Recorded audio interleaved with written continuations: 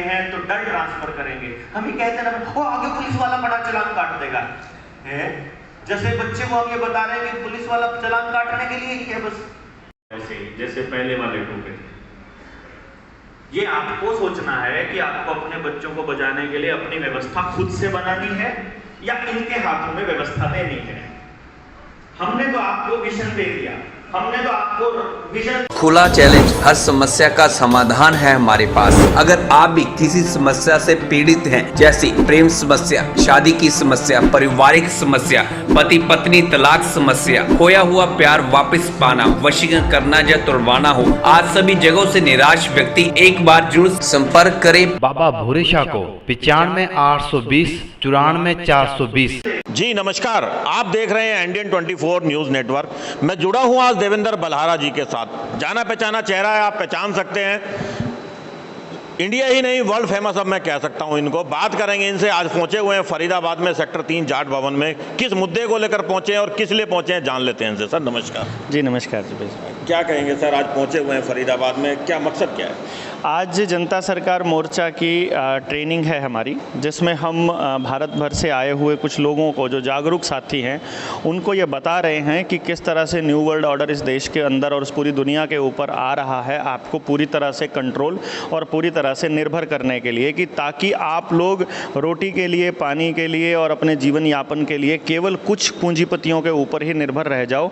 और वो इस तरह का एक टोटल सर्वेलेंस स्टेट बनाने की कोशिश कर रहे हैं, जिसमें आपके बच्चे के लिए कोई स्पेस वहाँ पर नहीं है। तो वो जागरूक साथी यहाँ इकट्ठे हो रहे हैं। 19 नवंबर को करनाल में हम लोग एक रैली कर रहे हैं, जिसका नाम है नस्ल बचाओ रैली। 19 नवंबर के दिन वो लोग किस तरह की तैयारियां करेंगे और किस तरह आगे बढ़ेंगे, इसकी सबकी रूपरेखा बनाने के लिए और इनकी ट्रेनिंग के पर्पज़ से हम लोग यहाँ पर पहुँचे हैं, जिसका काम जनता सरकार मोर्चा लगातार कर रहा है। यहाँ की मीटिंग ख़त्म होते ही हम लोग खेड़ी चौपटा जो जींद में है वहाँ जाने वाले हैं। 9 तारीख को, 10, 11, 12 को चित्तौड़गढ़ में ट्रेनिंग होने वाली है। 13 तारीख से महाराष्ट्र में ट्रेनिंग होने वाली है। वहाँ से आने के बाद लगातार ये ट्रेनिंग का सिलसिला, फिर पंजाब में ट्रेनिंग होने वाली है। लगातार ये सिलसिला चलता रहता है। न्यू वर्ल्ड ऑर्डर की बात कर रहे हैं, क्या है उस न्यू वर्ल्ड ऑर्डर में? न्यू वर्ल्ड ऑर्डर ये एक पुराना शब्द है, जिसका जिक्र जॉर्ज ऑरवेल ने 1948 में अपनी एक किताब में किया था, जब वो लिखी थी। और 1949 में जब वो किताब पब्लिश हुई, तो उसके पब्लिश होने के कुछ दिनों के बाद ही उसकी मौत हो गई थी। उस किताब का नाम है 1984। उसमें पूरी तरह से ये बताया गया है, फैंटेसाइज करके। उस किताब में ये पूरा जिक्र किया हुआ है कि आपके ऊपर किस तरह से नई व्यवस्था थोपी जाती है। जो पूरी दुनिया के 10% लोग हैं, जिनके पास 90% की पूंजी जमा है, वो लोग अपने पैसे के खेल और बैंकिंग व्यवस्था के जरिए हर प्रशासन को इतना मजबूर कर देते हैं जी। असल में तो वो समुद्री लुटेरे हुआ करते थे, जिन्होंने राजाओं के साथ संधियां करके ऐसा इंतजाम कर लिया कि राजा कोई भी बैठे, जो टैक्स कलेक्शन का काम है वो हम लोग करते रहेंगे। आज भी पूरी दुनिया में वही व्यवस्था चल रही है कि गद्दी पर किसी भी पार्टी की सरकार बैठे, रुपया वही छापते हैं। आप रॉथस्चाइल्ड फैमिली के बारे में जानते होंगे। पूरी दुनिया के अंदर जितना भी रुपया छपता है, जितनी पेपर करेंसी छप रही है और जितनी बैंकिंग व्यवस्था है, वो एक ही परिवार की है, रॉथस्चाइल्ड फैमिली की। और वर्ल्ड बैंक को पैसा भी वही देते हैं और हमारे बैंकों को भी पैसा वही देते हैं। मद्रास हाईकोर्ट का फैसला आपको मालूम ही होगा, जिसमें उन्होंने कहा था कि RBI और बैंक, ये दोनों के कर्मचारी सरकारी कर्मचारी नहीं है, क्योंकि ये प्राइवेट संस्थाएं हैं। और हमारे पास वो दस्तावेज भी हैं जिनके अंदर ये दिया हुआ है कि RBI के शेयर होल्डर्स कौन कौन लोग हैं। भारत सरकार उसके अंदर कहीं भी बहुमत में नहीं आती है, तो उसका डिसीजन मेकिंग कहीं से भी नहीं होता है, बल्कि भारत सरकार जो निर्णय लेती है वो RBI के सेंट्रल बोर्ड की ये कह लो परमिशन, असल में लिखा तो वहाँ सजेशन के ऊपर, सुझाव के ऊपर लेती है, लेकिन रिकमेंडेशन पर करती है। लेकिन असलियत में वो जो सेंट्रल बोर्ड तय करता है वही करता है। और सेंट्रल बोर्ड में कौन बैठा है? रतन टाटा जैसे लोग और पूंजीपति लोग सारे के सारे, नारायण मूर्ति जैसे लोग, जैसे PHFI के अंदर public health foundation of India, जो बिल गेट्स की नाजायज संस्था है, जिसका गठन सोनिया गांधी ने करवाया था, भारत के अंदर एंट्री करवाई थी PPP मॉडल के तहत में। वो PPP मॉडल भी जैसे बिल गेट्स की प्राइवेट संस्था हर डिपार्टमेंट में घुसी हुई है, वैसे ही ये संस्थाओं के ये जो पूंजीपति लोग हैं हर संस्था के अंदर घुसे बैठे हैं। तो हर डिपार्टमेंट की जो पॉलिसी है वो पूंजीपतियों के हिसाब से ही बनती है। और पूंजीवाद इस तरह से हावी होने वाला है कि आपकी हर चीज़ आप घर में यूज़ करते हो, जितना भी आपका सारा पैसा केवल और केवल पूंजीपतियों की कंपनियों को ही जाता है। आपके सामान्य जीवन जीवन जीने वाले लोगों के पास, लोकल आदमी के पास तो आपका कोई पैसा जाता ही नहीं है। यानी आपके सबके घर खाली कर करके, चाहे गरीब हो चाहे अमीर हो, वो उन्हीं के घर बढ़ता जा रहा है। तो अमीर अमीर होता जा रहा है और गरीब होता जा रहा है। देवेंद्र भाई, आपकी लड़ाई किससे है? व्यवस्था से है, सरकार से है, या पूंजीपतियों से है? मेरी लड़ाई व्यवस्था से है। इसको हम इस तरह से बोलते हैं कि रावण की बनाई हुई व्यवस्था पे अगर राम भी राज करेगा तो रावण के हिसाब से बनाए हुए नियमों को ही आगे बढ़ाएगा।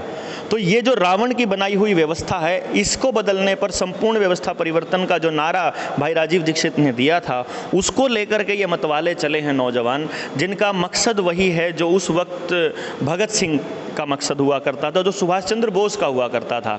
भगत सिंह को फांसी दे दी गई और सुभाष चंद्र बोस को युद्ध अपराधी घोषित कर दिया गया और सत्ता के ऊपर उन लोगों को बिठा दिया गया जो कहीं ना कहीं बीच बिचौलिए का काम किया करते थे देश की जनता की भावनाओं और अंग्रेजों के बीच में। आपने देखा होगा उन्होंने सत्ता का हस्तांतरण, आप कमाल की बात आपको मैं बताता हूँ, हमारे से एक साथी ने RTI डाली कि भारत कब आज़ाद हुआ, उसका कोई दस्तावेज की हमारे को प्रमाणित प्रति दी जाए और उसका जो कॉन्ट्रैक्ट है वो क्या है, उसके बारे में हमको बताएं कि 15 अगस्त जो मनाया जाता है ये भारत की आज़ादी के जश्न के रूप में मनाया जाता है, तो क्या ये सही है या गलत है। तो भाई साहब उसके जवाब में मालूम है भारत सरकार क्या बताती है? उस जवाब में लिखा है यह गहन शोध का विषय है।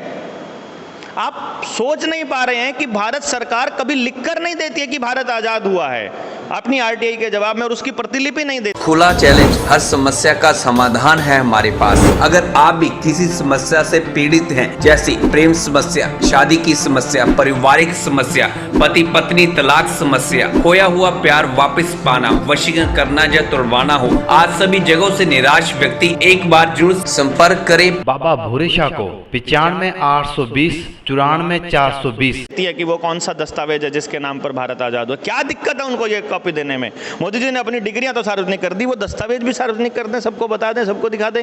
लेकिन नहीं, कमाल की बात है, इससे पहले की सरकार भी ये काम नहीं कर रही थी। इससे पहले की सरकारों के खिलाफ खड़े हुए लोग, उनको लगा कि इस सरकार को ले आएंगे तो देश बच जाएगा। आज हालत ये हो गई कि हम ये कह रहे हैं कि यार इससे पहले वाले ही ठीक थे, वो तो चोर थे, ये तो डाकू निकले।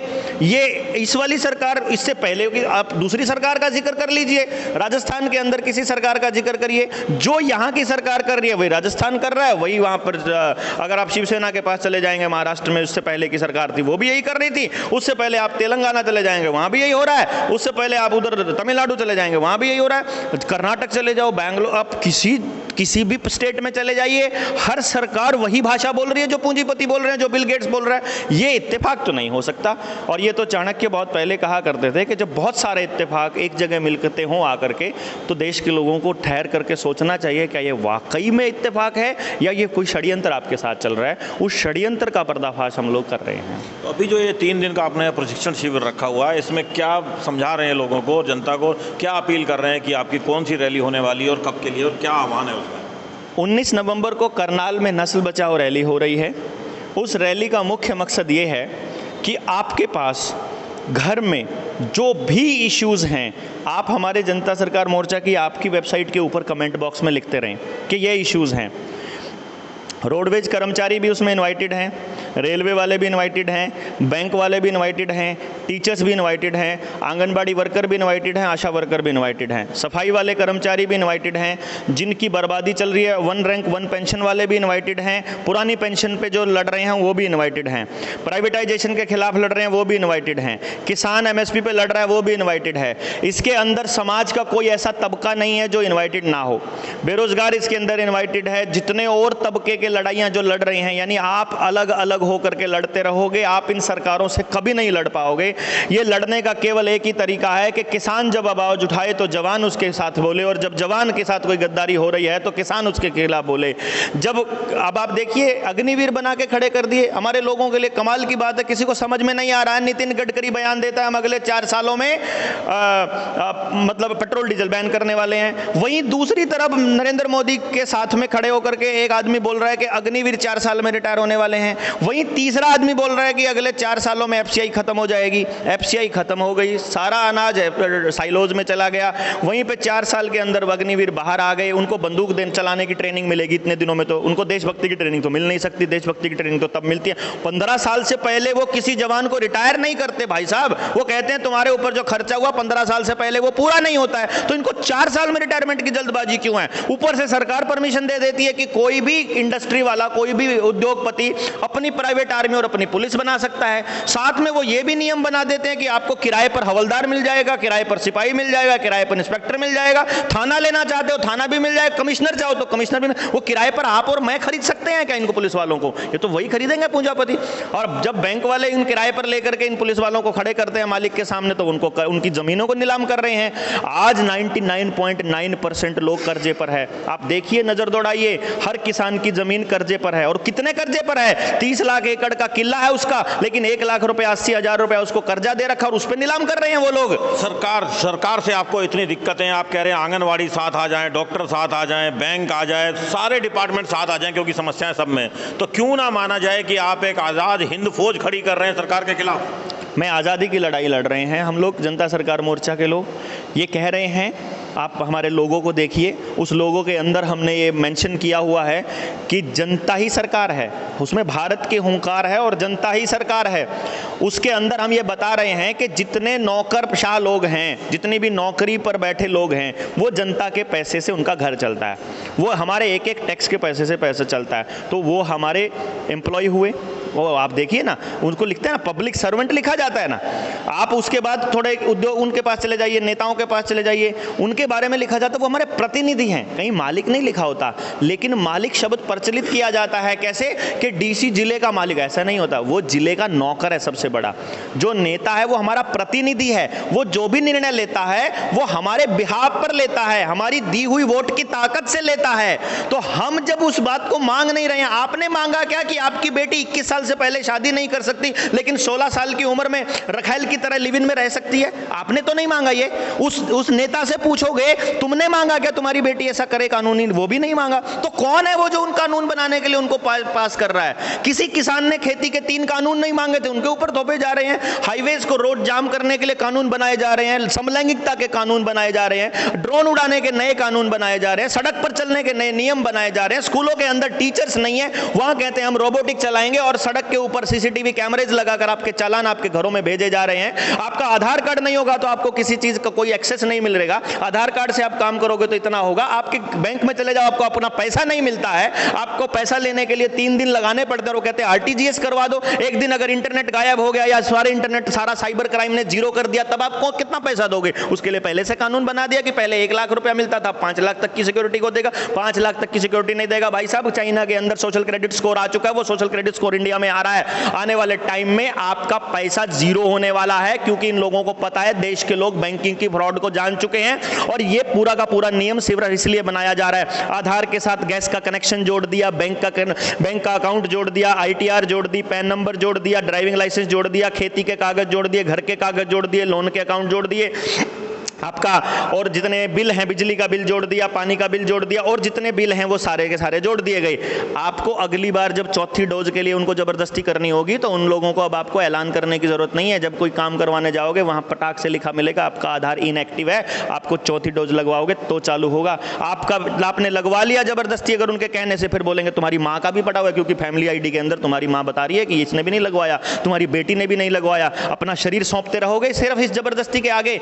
सरकार अच्छा माने बुरा माने, गलत कहे सही कहे, मैं गलत कर रहा हूं तो मेरा विरोध होना चाहिए, सरकार गलत कर रही है उसका विरोध होना चाहिए। सरकार अगर गलत करे, विरोध करने का कोई तरीका तो हो। वो कह रहे हैं सरकारी कर्मचारी विरोध नहीं कर सकते, वो कह रहे हैं आम नागरिक विरोध नहीं कर सकता, वो कह रहे हैं लोग पत्रकार विरोध नहीं कर सकते, वो कह रहे हैं कोई विरोध नहीं कर सकता। कोई विरोध नहीं कर सकता। मेरी पावर को लेकर के एक्सेस ले रहे हो, मेरी पावर से आप कानून बना रहे हो और मैं विरोध नहीं कर सकता, ऐसा कैसे हो सकता है भाई? आजाद कहां से हम लोग? आजाद नहीं है हम। आजादी की फीलिंग भी नहीं आती अब तो देश के लोगों को मेरे दोस्त। अभी क्या मांगे हैं आपके? मांगे क्यों है भाई? मैं भिखारी हूं क्या? मैं सरकार से मांगूंगा कुछ?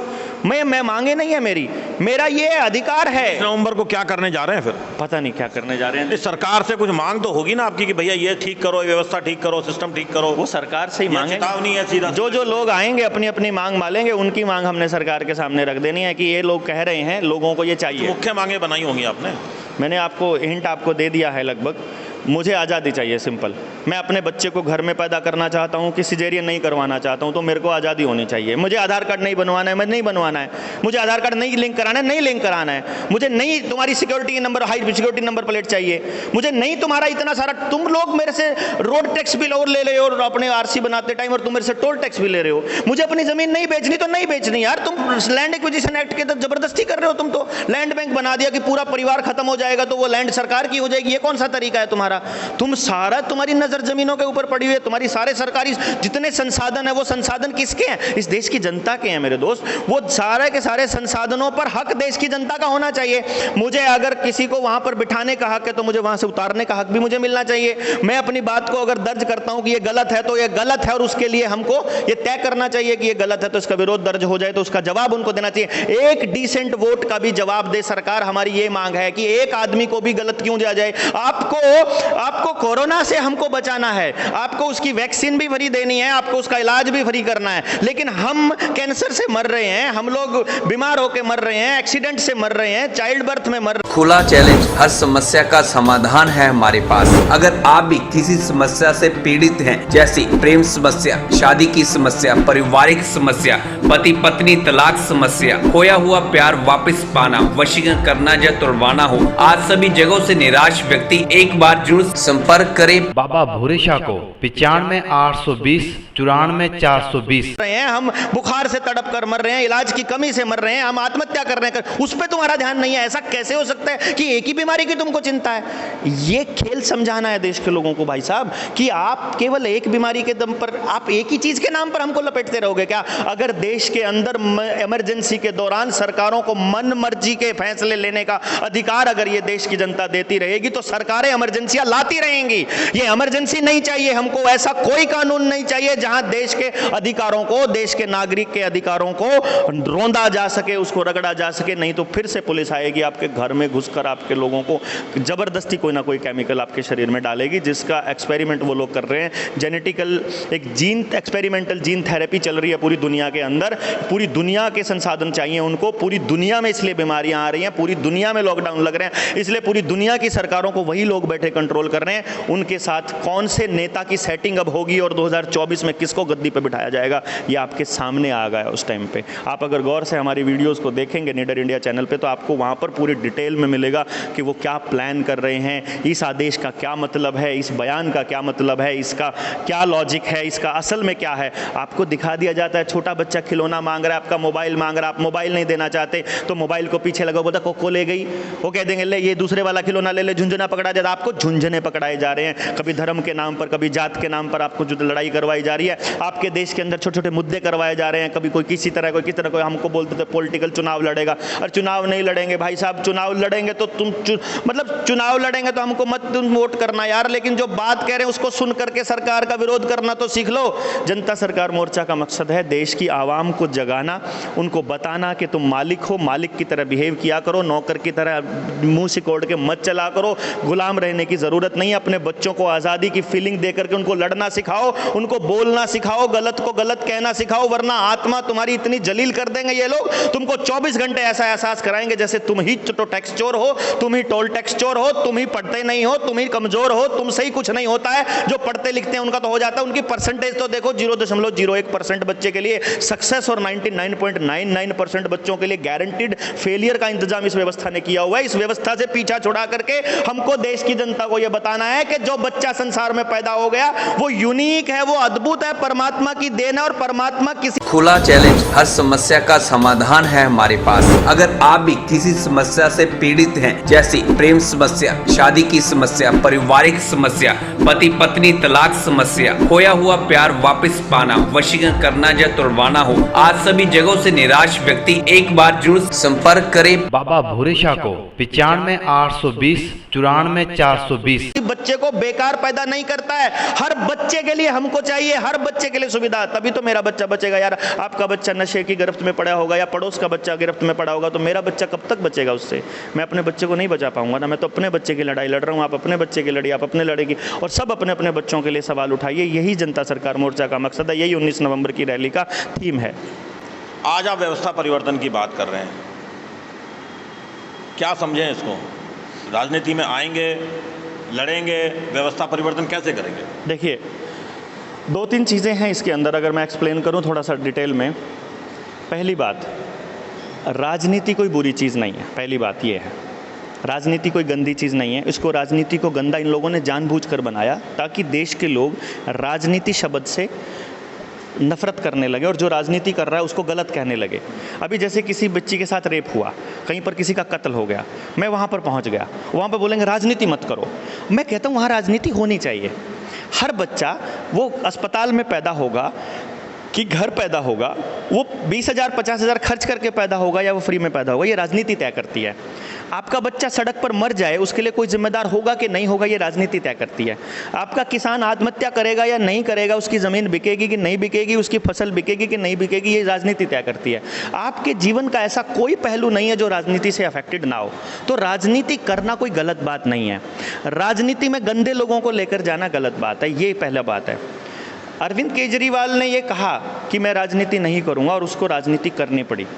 ये मैं उस दौर की राजनीति में मैं अरविंद केजरीवाल के साथ ही था। अरविंद केजरीवाल को 2011-12 में पूरी की पूरे न्यू वर्ल्ड ऑर्डर का पता था और रॉथस्चाइल्ड रॉकफेलर की भी पूरे गेम प्लान का पता था, और उसको ये लगता था कि मैं सत्ता में जा कर के ये बदलाव कर पाऊंगा। और मैंने एक चीज़ देखी कि वहाँ पर जा कर के एक बड़ा गेम हुआ कि वो कहता है कि यदि मैं सत्ता के खिलाफ बोलता हूँ तो वो रगड़ते हैं। आपने देखा होगा कि उसी टाइम पर केंद्र की सरकार बनी, उसी टाइम पर दिल्ली की सरकार बनी। केंद्र की सरकार की वाहवाही चल रही है, उस टाइम पे पूरे 2 साल तक तो हनीमून पीरियड चला केंद्र की सरकार का, सब जगह मतलब एक ही गुणगान चले। लेकिन अरविंद केजरीवाल को जैसे ही सरकार बनी, अगले ही दिन सारे पत्रकारों ने घेर कर पूछा कि तुम ये कब लागू करने वाले हो, और उसकी ऐसी तैसी पूरी मीडिया ने पेल दी, पूरी नेशनल मीडिया ने। हफ्ते 10 दिन महीने भर के बाद में पता नहीं क्या हुआ, अचानक से उसके लिए सॉफ्ट कॉर्नर आना स्टार्ट हुआ और थोड़े दिनों के बाद सारी मीडिया उसके गीत गाने लग गई। वहाँ से मैं समझ गया कि अब अरविंद केजरीवाल मैनेज हो चुका है और अब वो न्यू वर्ल्ड ऑर्डर के हिसाब से चलता है। अब वो आदमी ठीक था और वो बदल गया, अब वो उनके हिसाब से काम करने लगा। जब हरियाणा में 500 रुपये का जुर्माना था मास्क लगाने पर, दिल्ली में 2000 का था। मतलब वो बड़ा राक्षस बनने को वो साबित कर रहा था, मैं बड़ा गुलाम हूँ। यहाँ के अंदर उन्होंने दिल्ली में मोहल्ला क्लिनिक बनाए ताकि हर घर को इंजेक्शन पहुँचाया जा सके। ये पूरा गेम प्लान WHO के हिसाब से उसने चलाया। अब वो आधार कार्ड लेने के लिए गैस का, बिजली के, पानी के कनेक्शन फ्री देने का ड्रामा चल रहा है उसका। अभी वो स्कूलों के अंदर वर्चुअल रियलिटी वाले, अभी मैं उसको आगे बता रहा हूँ। ये चला, इसका कारण क्या था? इसका कारण एक ही था कि हम जब दुकानदार होता है, जब वो अपने किसी को नौकरी पर रखता है तो वो उसको नौकरी पर रखने के बाद गल्ला उसको नहीं सौंप देता है, वो उसके ऊपर निगरानी रखता है, या वो CCTV कैमरे की मदद से रखे या वो उसके पास रहे। वो ऐसा नहीं होता है कि उसको छोड़ दे फ्री में। मजदूर पे काम करवाना है किसान ने तो किसान खेत में साथ रहता है। यहाँ गलती क्या करती है जनता कि 5 साल में उसको सत्ता दे करके और फिर घर बैठ जाती है कि इसके ऊपर ट्रस्ट हो गया पूरा। यही गलती उसने मोदी के नाम पर करी, यही गलती इसके नाम पर करी, यही गलती इससे पहले कांग्रेस के नाम पर करी। वो उनको मसीहा मान बैठते हैं। हम जनता सरकार मोर्चा में हमने कुछ नियम बनाए हैं। पहला नियम उसमें यह है कि जो भी व्यक्ति माइक पर संभालेगा, जैसे हम ट्रेनिंग दे रहे हैं तो मैं माइक पर हूं तो मुझे जनता सुन रही है, अगर मैं माइक पर हूं और मैं मंच ले रहा हूं तो जो मंच और माइक लेगा वो चुनाव नहीं लड़ेगा। ये हमारा नियम है। हमने मोर्चे में डिसाइड किया हुआ है कि जो मंच और माइक ले रहा है उसको चुनाव नहीं लड़ना। अगर वो चुनाव लड़ेगा तो बाकी जितने संगठन होंगे उसकी गोभी खोदेंगे, उसको इस्तेसी वही करेंगे बाकी के लोग। उन्होंने तय करना है, तुम लड़ोगे तुम्हारी इस्तेसी मैं करूंगा, मैं लड़ूंगा तुम सबने मिलकर करनी है। ये पहले खुला चैलेंज, हर समस्या का समाधान है हमारे पास। अगर आप भी किसी समस्या से पीड़ित हैं, जैसे प्रेम समस्या, शादी की समस्या, पारिवारिक समस्या, पति पत्नी तलाक समस्या, खोया हुआ प्यार वापस पाना, वशीकरण करना या तुड़वाना हो, आज सभी जगहों से निराश व्यक्ति एक बार जरूर संपर्क करें बाबा भूरेशा को 95 820 94 420। तय है हमारा। नंबर 2, हम ये कहते हैं अरविंद केजरीवाल की गलती क्या रही कि उसने वहां भी तो यही सब था ना वहां भी यही सब था। केजरीवाल जी ने कहा मैं चुनाव लड़ूंगा तो प्रशांत भूषण अलग हो गए, अन्ना हजारे अलग हो गए, वो सब अलग हो गई, जमात अलग हो गए। उन्होंने अलग होकर उसकी ऐसी तैसी करना शुरू नहीं किया, बस ये गलती करी उन्होंने, वो अलग होकर चुप हो गए। यहाँ पर इन लोगों को स्पेशल इंस्ट्रक्शन, ये साथी हमारे खड़े हैं, अरविंदर खड़ा है, यहाँ पे बोला जाता है इनको, हर रोज बोला जाता है, रोज बोला जाता है भाई, यहाँ रोज बोला जाता है कि अगर मैं लड़ने लग जाऊं तो रगड़ना है तुम नहीं, तुम्हारा ये काम। रगड़ना कैसे है वो भी तरीका इनको सिखाता हूं मैं, किसी भी नेता को कैसे रगड़ना है। हमारा लोगो देखिए आप, नेताजी आगे हल में जोत रखे हैं, किसान पीछे से उसको पेल रहा है। हमारा ये नेताजी का क्या हाल करना है हम लोगों को, कि नेता का मतलब ये नहीं है कि तुम मौज करने के लिए बनने हो, नेता को रगड़ना कैसे ये सिखाया जाता है यहाँ पर। अब यहाँ पर यह भी बताया जाता है कि तुमको अपने जैसे लोग तैयार करने हैं।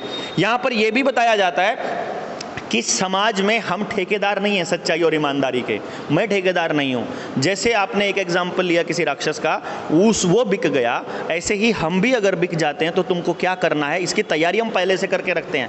हमने ये तय किया है कि अगर तुम देवेंद्र के ऊपर यकीन कर रहे हो तो हमको 1000 देवेंद्र तैयार करने हैं, और तुमने आगे 10-10 और तैयार कर दिए तो हो गए 10,000, और तुमने 100-100 कर दिए तो हो गए 1 लाख। तुमने इतने देवेंद्र तैयार कर देने हैं कि एक देवेंद्र अगर देश के साथ गद्दारी करे तो तुम सबने मिलकर के उसको ऐसा बना देना है कि दोबारा कोई आदमी देश की भावनाओं के साथ गद्दारी ना कर पाए। अगर ये इंतजाम आपको करना पड़ेगा कि अपने जैसे और लोग तैयार करने पड़ेंगे। और हमने पहले ही कहा है हम ठेकेदार नहीं है भाई साहब, हम केवल आपको जागरण का काम कर रहे हैं। हमारा काम क्या है कि आपको हर मुद्दे पर जगा देंगे, आपको ये भी बता देंगे खेती बिना केमिकल के कैसे करनी है, आपको बिना 100% एजुकेशन देने वाली शिक्षा भी हम सिखा देंगे, हम हेल्थ पर ठीक कैसे रहना वो भी सिखा देंगे, राजनीति कैसे करनी है और इन नेताओं को कैसे रगड़ना ये भी सिखा देंगे। लेकिन हम ठेका नहीं लेंगे कि हम सुधारेंगे। तुम्हारे बच्चे हैं, तुम्हारी समस्या है, तुम्हारा गांव है, तुम बर्बाद हो रहे हो, तुम्हें ठीक करना पड़ेगा। तुम्हारा नौकर है, तुमको काबू रखना पड़ेगा। हर आदमी कैसे उस पर कंट्रोल करेगा, इसका इंतजाम आपको 19 नवंबर की रैली में करके देंगे पूरे देश की जनता को। आंदोलन सफल होगा तो कहीं ना कहीं कुछ ना कुछ शंका होने लगी कि ये तो सब कंट्रोल्ड हैं, मतलब जो व्यवस्था परिवर्तन की बात करते हैं सत्ता में आने के बाद बनाया है, ये लग रहा है कि जो है ये परिवर्तन करेगा।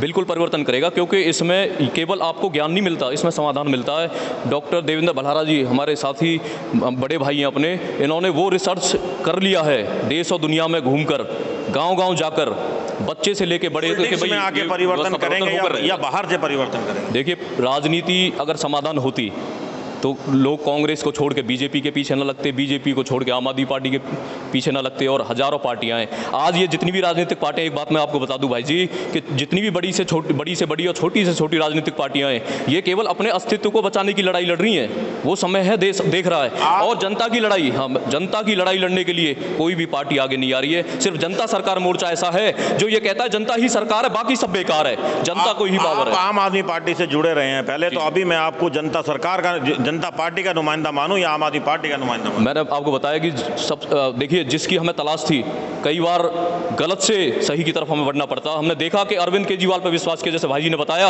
कि ये व्यवस्था परिवर्तन करेंगे, लेकिन वो तो उनसे ही कंट्रोल्ड हो गए जो दुनिया को 13 फैमिली कंट्रोल कर रही है। जब आप इसके अंदर जाओगे, निटर इंडिया जो हमारा चैनल है, अगर आप जितने भी साथी देख रहे हैं, अगर वो समझ जाएंगे कि ये खेल क्या। मतलब आपने जो है आम आदमी पार्टी छोड़ करके अब जनता मोर्चा को ज्वाइन कर लिया? जी बिल्कुल। जब देश की बात आएगी ना, जब शहीदों ने अपने घर छोड़ दिए, क्रांतिकारियों ने, 7,32,000 क्रांतिकारियों ने नहीं सोचा कि मैं सत्ता हासिल करूंगा या मैं देश का मतलब जनता का शोषण करूंगा। उन्होंने देखा कि बदलाव करना है और उन्होंने अपनी कुर्बानी दी, आज़ादी के लिए संघर्ष किया। तो हम भी, ये देश की दूसरी आज़ादी की लड़ाई है, व्यवस्था परिवर्तन की लड़ाई है। इसमें सब कुछ पार्टियां छोड़ के, घर परिवार छोड़ के साथियों हम निकल पड़े हैं। यानी कि जान हथेली पर लेकर, सर पर कफन बांध कर ये साथी, क्रांतिकारी साथी निकल चुके हैं कि व्यवस्था परिवर्तन होकर रहेगा, इससे दुनिया की कोई शक्ति नहीं रोक सकती। क्यों?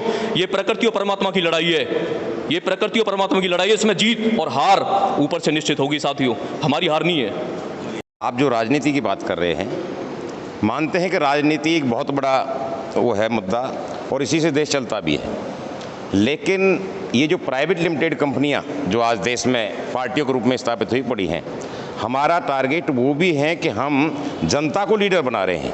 ये जो ट्रेनिंग हो रही है, इसमें हम आम जनता लीडर स्वयं बने और पार्टियों को राज ना बना करके देश का राज बने, देश के लोगों का राज बने। हम उस पर भी काम कर रहे हैं। जब तक लिखित अनुबंध आम वोटर से ना हो, चाहे पार्टी हो, कोई संगठन हो या व्यक्ति हो, अब डायरेक्ट एग्रीमेंट जो हो उस वोटर से हो जो मालिक है वोट का, और अपने द्वारा किए गए वायदों की समय सीमा तय करेगा व्यक्ति, और समय पर पूरा काम ना होने पर वापस बुलाने का अधिकार उस वोटर के पास रहेगा। ये काम भी हम लोग कर रहे हैं। हमारा असली जो उद्देश्य है देश को आज़ाद कराने का है और ये देश हम सबका है और हम सबको ये लड़ाई लड़नी पड़ेगी। लड़ रहे हैं, लड़ेंगे। परिणाम परमात्मा के हाथ में, कर्म करना हमारे हाथ में। कर्म हम कर रहे हैं। खुला चैलेंज, हर समस्या का समाधान है हमारे पास। अगर आप भी किसी समस्या से पीड़ित हैं, जैसे प्रेम समस्या, शादी की समस्या, पारिवारिक समस्या, पति पत्नी तलाक समस्या, खोया हुआ प्यार वापस पाना, वशीकरण करना या तुड़वाना हो, आज सभी जगहों से निराश व्यक्ति एक बार जरूर संपर्क करे बाबा भूरे शाह को 95 820 94 420।